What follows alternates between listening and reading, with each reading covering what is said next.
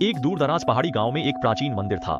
यह मंदिर सैकड़ों साल पहले बनाया गया था और कभी यहाँ बहुत चहल पहल रहती थी, लेकिन समय के साथ मंदिर धीरे धीरे उजाड़ हो गया और अब इसे बहुत कम लोग जानते हैं। एक अंधेरी रात थी। आसमान में काले बादल छाए हुए थे जिन्होंने चांद और सितारों को ढक लिया था। गांव का युवा लड़का अयोंग पहाड़ों में रास्ता भटक गया था। संयोगवश इस प्राचीन मंदिर के सामने आ पहुंचा। अयोंग ने जर्जर मंदिर के मुख्य द्वार को देखा। मन में थोड़ी हिचकिचाहट पर याद आया उसके पास कोई ठिकाना नहीं है। उसने वहीं रात बिताने का फैसला किया। वह धीरे धीरे चरमराती दरवाजे को धकेलता है। एक बांसी सी गंध उसके चेहरे पर आ लगी। मंदिर के अंदर घना अंधेरा था।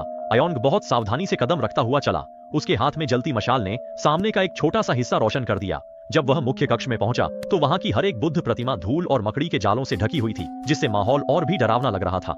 अयोंग ने एक कोने में कुछ सूखी घास ढूंढी और उसे बिछाकर सोने की तैयारी करने लगा, लेकिन जैसे ही वह लेटा, अचानक उसे हल्की हल्की कदमों की आहट सुनाई दी। अयोंग तुरंत उठकर बैठ गया। उसका दिल तेजी से धड़कने लगा। उसने मशाल को कसकर पकड़ा और कांपती आवाज में पुकारा, कौन है वहां? लेकिन उसे जवाब में केवल मौत जैसी खामोशी मिली। कुछ देर बाद कदमों की आहट फिर से सुनाई दी, इस बार और भी साफ, जैसे कोई धीरे धीरे उसकी ओर बढ़ रहा हो। अयोंग के माथे पर ठंडा पसीना आ गया और उसका शरीर अनायास ही कांपने लगा। उसने हिम्मत जुटाकर मशाल उठाई और आवाज की दिशा में बढ़ गया। जब वह एक साइड वाले कमरे के दरवाजे तक पहुंचा तो कदमों की आहट अचानक गायब हो गई। अयोंग थोड़ी देर के लिए हिचकिचाया, लेकिन फिर भी उसने वह दरवाजा खोल दिया।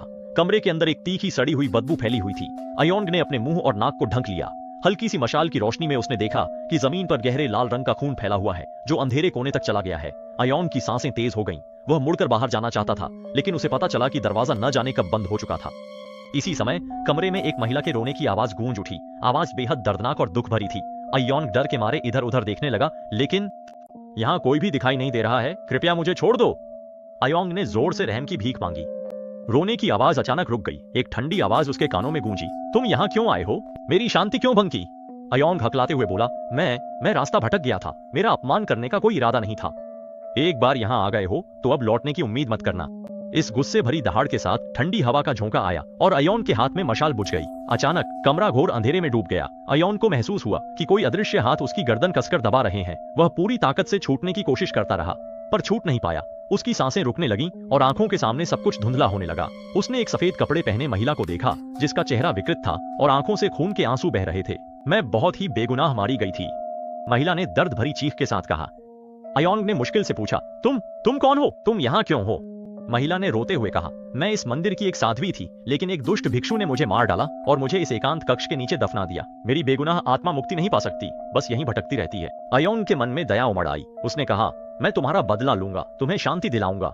महिला का हाथ धीरे धीरे ढीला पड़ गया। अयोंग जमीन पर गिर पड़ा और हांफते हुए सांस लेने लगा। कुछ देर बाद अयोंग को थोड़ी ताकत वापस आई। वह टटोलते हुए दरवाजा ढूंढ पाया और एकांत कक्ष से बाहर भाग गया। अगले दिन सुबह सुबह अयोंग गांव लौट आया और उसने पिछली रात की अपनी आप बीती गांव वालों को सुनाई।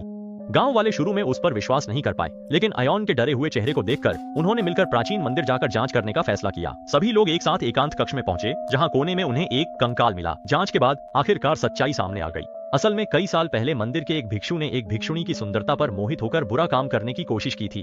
भिक्षुणी ने उसका विरोध किया तो भिक्षु ने उसे मार डाला और एकांत कक्ष में दफना दिया। गांव वालों ने भिक्षुणी की आत्मा की शांति के लिए एक धार्मिक अनुष्ठान करवाया।